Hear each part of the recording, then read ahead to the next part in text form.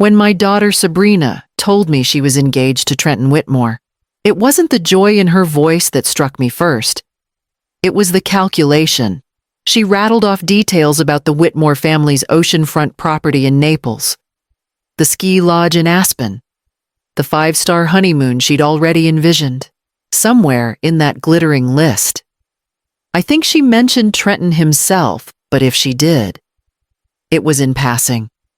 As though he were a stepping stone rather than the foundation, we were sitting in my modest kitchen, the hum of the refrigerator the only background to her glossy fantasy. She twirled the diamond on her finger, holding it just so the morning light would catch. "This is the start of something big, Mom," she said, her eyes bright but focused, like she could already see the front row of society luncheons waiting for her. I smiled, because that's what mothers do, but beneath it, there was a quiet ache. I remembered a different Sabrina one who used to talk about teaching English abroad, living in a small apartment with books stacked on the floor. That girl had vanished somewhere between Trenton's first invitation to the country club and the moment he slid that ring onto her hand. "You'll need to look the part," she added, glancing over my cardigan and flats. "For the engagement party, the Whitmores notice things. Wear something elegant. And please, don't bring up anything too small town. This is important." I nodded slowly, though the words felt like a boundary being drawn between us. She was stepping into a world that measured people by how they carried a wine glass, not by the warmth in their handshake. "I know how to behave," I said quietly. "It's not just about behaving, Mom. It's about fitting in. You don't get a second chance with people like them." Her tone was gentle, but the implication was firm. I was a risk. She stood, smoothing her silk blouse, already reaching for her phone to confirm the floral arrangements. I watched her go, her heels clicking against the tile, each step carrying her further from the girl I had raised, and somewhere between the diamond sparkle and the rustle of her designer skirt, I realized I wasn't just preparing for a party. I was bracing for a test I hadn't agreed to take. The day before the engagement party, Sabrina invited me over to her condo for what she called a quick prep session. I should have known better. By the time I arrived, there was a rack of borrowed evening dresses pushed up against one wall and a full-length mirror angled toward the best light. She handed me a champagne flute filled with sparkling water and motioned for me to sit. "We need to go over a few things," she began, her voice brisk, as if she were chairing a meeting. "The Whitmores are particular. They notice posture, manners, even how you greet them. Keep your shoulders back. Speak clearly. And this is important. Don't talk too much about yourself. Listen more. People respect restraint." I let her talk, hearing the edge in her voice that told me this wasn't just about me. It was about her fear that any misstep, mine or hers, would be magnified under the Whitmore gaze. She dressed her worry in the clothes of sophistication, but I could see the seams. "Also," she continued, flipping through a stack of glossy magazines on the coffee table, "avoid controversial topics. No politics, no religion, nothing sentimental. And for the love of God, don't get pulled into conversations with staff or with people who clearly don't belong there." Her eyes flicked to mine, testing for agreement. "What do you mean by don't belong?" I asked, keeping my tone neutral. She gave a light, dismissive laugh. "You know, people who can't even feed themselves. It's not our place to get involved." I could never be seen with someone like that. It sends the wrong message. I felt the comment land between us like a stone. I wanted to remind her that she once spent summers volunteering at the food pantry. But I bit my tongue. That was a different Sabrina. She moved on quickly, holding up a navy dress from the rack. "This one will work. Classic. Understated. It says you're respectable without trying too hard. I nodded and took the hanger from her, the fabric cool under my fingers. Tomorrow, I'd wear it for her. Tonight, I'd carry the weight of her words home with me. The morning before the engagement party, I left early to run a few errands. It would have been faster to take the bus straight to the shopping center, but my mind was restless and my feet needed to move. I decided to cut through the wealthiest part of town, a place where sidewalks gleamed as if polished, and iron gates guarded lawns trimmed within an inch of their lives. It was the kind of neighborhood Sabrina wanted to claim as her own, the kind where gardeners and delivery vans appeared like background actors, keeping the illusion perfect for the real stars. I walked slowly, absorbing the quiet that hung in the air like expensive perfume. That was when I saw her. She was sitting on a bench beneath a tree just outside the gates of a sprawling estate. Her coat was frayed at the cuffs, and her shoes had the slouched, weary look of years on the wrong kind of pavement. A thin scarf, more threadbare than warm, hung loosely around her neck. When I passed, she lifted her head. Her voice, though soft, carried the crisp edge of someone raised to speak carefully. "Excuse me," she said. "Would you happen to have anything to eat?" I hesitated, feeling the weight of Sabrina's lecture from the night before pressing at the back of my mind. But my hand was already moving to my bag, pulling out the sandwich I had packed for myself. "It's turkey and Swiss," I said, offering it to her. "It's not much, but it's yours if you'd like." Her fingers curled around the bread with surprising steadiness. "That's very kind of you," she replied, meeting my eyes. They were a striking, clear blue, not cloudy with age, but sharp, as though they missed nothing. I sat beside her for a moment, making small talk about the weather, the quiet street, the smell of the flowering trees. She listened politely, each response measured. When I rose to leave, she thanked me again. I walked away feeling oddly unsettled, as if I'd just been weighed on some invisible scale and found something. I had just stepped back from the bench, giving the woman space to eat, when I heard the sharp click of heels behind me. I turned and saw Sabrina, her hair swept into an immaculate chignon, flanked by two women about her age in fitted dresses that probably cost more than my monthly rent. Her eyes swept over the scene, me standing beside the old woman, my empty hands, the sandwich in the woman's lap, and her mouth tightened. "Mom," she said, her voice pitched high with disbelief. "What are you doing?" I opened my mouth to answer, but she was already turning toward her friends. "You see what I mean," she said to them, a laugh catching at the edge of her words. "She's out here playing street volunteer the day before the most important party of my life." The two women exchanged polite, confused smiles, as if unsure whether to laugh along or look away. I felt the heat crawl up my neck, not from shame, but from the way she'd chosen her audience. "I was just helping her," I said quietly. "She asked if I had any food." Sabrina's gaze flicked back to the woman on the bench, then to me, "And you gave it to her mom." "Seriously, you don't know where she's been. You don't know who's watching. Do you want people thinking we belong in that kind of company?" The words landed harder than I expected, sharp in their casual cruelty. I glanced at the old woman, wondering if she'd heard. She had stopped eating, her hands folded neatly in her lap, her eyes fixed on Sabrina with a calm, steady attention. "Let's go," Sabrina said, already stepping past me, her friends falling into place beside her. "You should be at home, getting ready." "Not."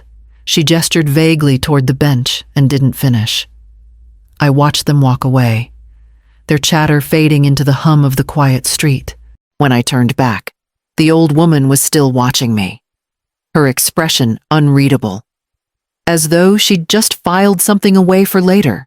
By the time I got home that evening, Sabrina was already there, sprawled across my sofa like she owned it, a tablet balanced on her knees. The screen glowed with glossy images, yachts slicing through blue water, white sand beaches lined with umbrellas, dining tables set with more forks than I'd ever know how to use. "Trent's talking about taking me to the Amalfi Coast right after the wedding," she said without looking up. "And maybe St. Bart's for New Year's. I told him I want the honeymoon suite at every place we go. Oh, and I've already bookmarked this ski lodge in Aspen. You'll love it. Mom, you can visit us there in the winter." I hung my coat by the door, my mind still half on the quiet bench, and the woman I'd left there. "That sounds busy," I said, easing into the armchair. "It's called living," she replied, grinning. "First-class flights, Michelin star restaurants, no more worrying about bills or repairs. You know how many people would kill for this kind of future?" "I suppose plenty," I said. "But marriage isn't just about vacations and menus. Sabrina, it's about partnership, building something together." She waved her hand as if brushing away a gnat. "Mom, you've been stuck in that school librarian bubble too long. This is how people like the Whitmores live. It's not about scraping by, it's about enjoying life. And I'll be right there, part of it." Her voice was bright, but there was a current underneath, something sharp and restless. I thought of the way she had looked at the old woman earlier, the way her smile had turned brittle. "Do you love him?" I asked. Her eyes flicked up from the tablet, then back down again. "Of course. He's kind, he's generous, and he can give me everything I've ever wanted." I didn't press. The answer was already clear. Love was somewhere on her list, but it was written in smaller letters. Tucked between the private jet and the infinity pool, she kept scrolling, narrating each image as if she were flipping through the pages of a catalog for her future life. I listened, but my mind was elsewhere, on the measured politeness of a stranger's voice, the striking blue of her eyes, and the way she'd looked at my daughter without saying a word. Tomorrow, the Whitmores would host an engagement party that would set the tone for everything to come, and I had a feeling the real test wouldn't be mine to take. The Whitmore estate rose out of the manicured grounds like something from a postcard, white stone walls, high arched windows, and a sprawling terrace lined with potted citrus trees. Cars were valet parked in a seamless stream, their polished surfaces flashing under the midday sun. I stepped out of the sedan I'd taken from home and smoothed the navy dress Sabrina had chosen for me, hoping it would be enough to blend in. Inside, the air was cool and perfumed with a faint mix of roses and something more expensive that I couldn't name. Clusters of guests stood beneath ornate chandeliers, their conversations low and deliberate, punctuated by the occasional laugh that felt just a shade too practiced. I caught glimpses of glittering jewelry, tailored suits, and handbags that could have covered my rent for a year. Sabrina was across the room, framed by a group of men and women who looked as though they'd stepped out of a lifestyle magazine. Her hand rested lightly on Trenton's arm as she tilted her head toward his friends, smiling with the kind of ease she had been rehearsing since the day they met. She didn't see me, or maybe she did, and chose not to break her rhythm. I lingered near a side table, accepting a glass of sparkling water from a passing server. A few people glanced my way, their eyes sliding over me as if measuring something: my dress, my posture, perhaps my right to stand in that room at all. I reminded myself to keep my shoulders back, just as Sabrina had instructed, though it felt less like confidence and more like armor. As I moved toward the terrace for some air, the weight of those glances seemed to follow me. Conversations would pause as I passed, then resume in tones too low to catch.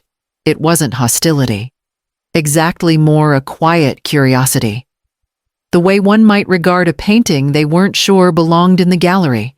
From the corner of my eye, I saw movement near the far end of the terrace, a familiar figure in an emerald gown, speaking with a small knot of guests, even from a distance.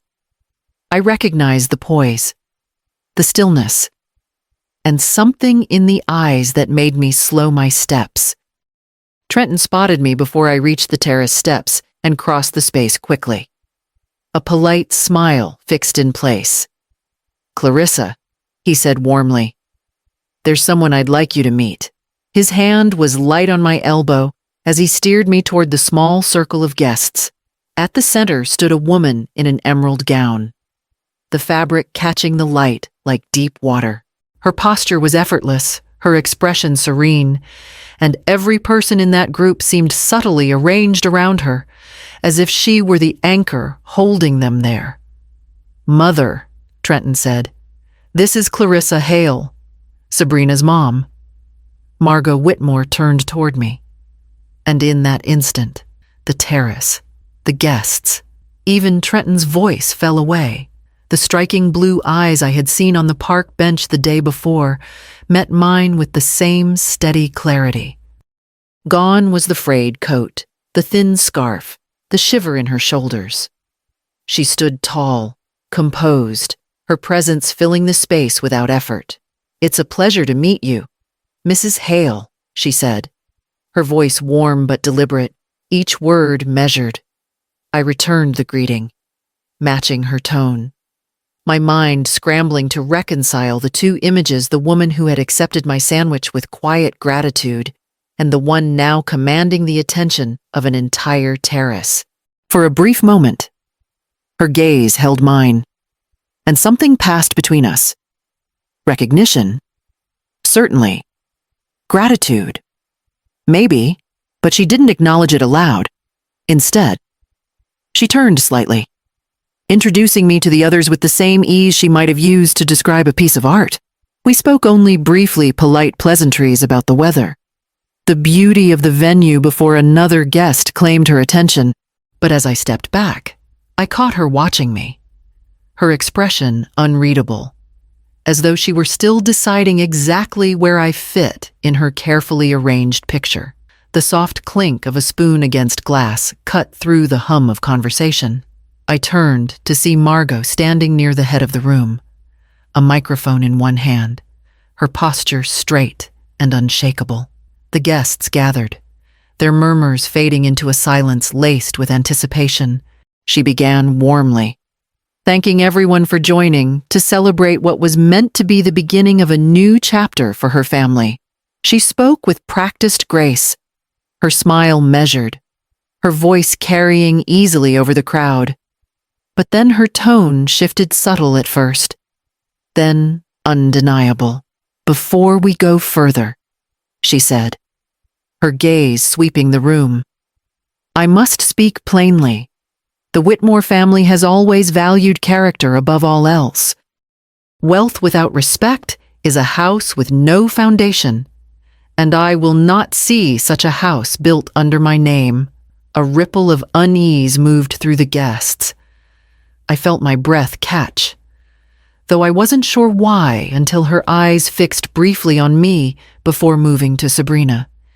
"It has come to my attention," she continued, "that the young woman meant to join our family does not honor her own mother, and a person who cannot show respect to the one who gave them life will not respect the family they marry into, nor the legacy they inherit."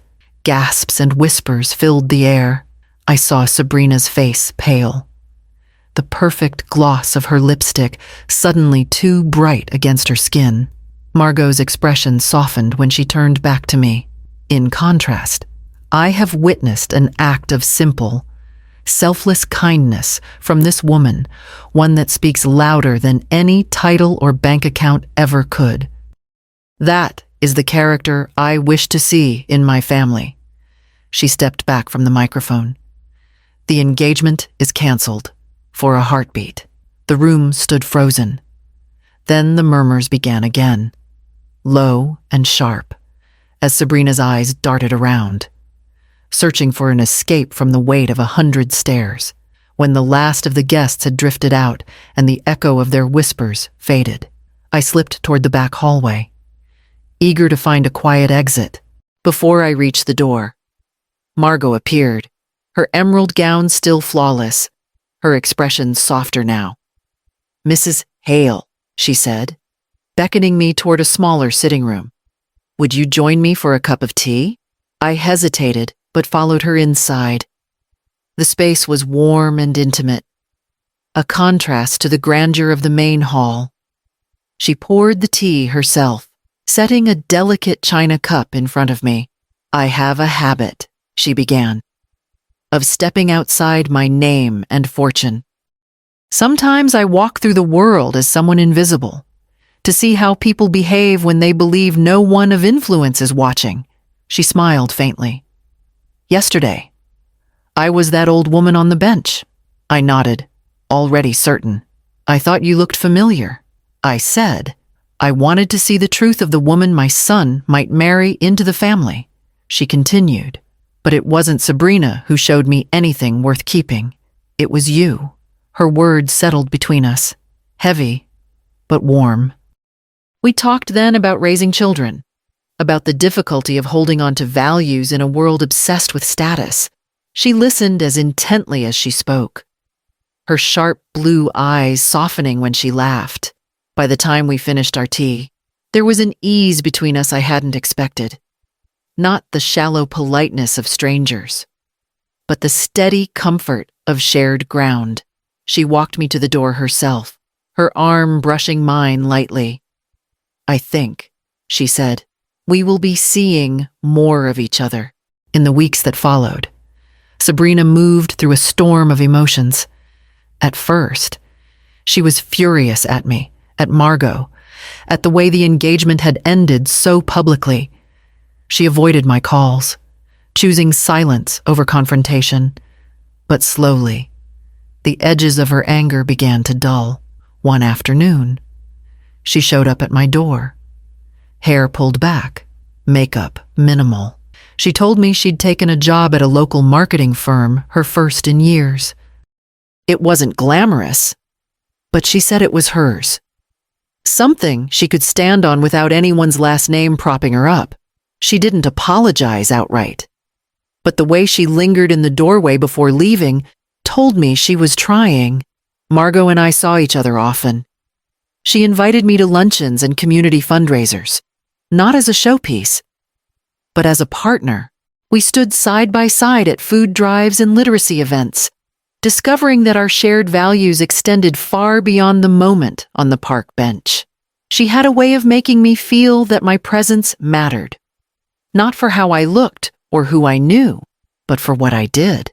I thought often about that day before the party, the walk, the sandwich, the decision to stop despite the clock ticking toward an important event. It had felt small in the moment, almost forgettable, but it had revealed the truth about everyone in its path. My daughter's hunger for status, Margot's quiet tests of character, and my own stubborn belief that kindness is never wasted. Sabrina still has a long road ahead, but I've stopped trying to script it for her.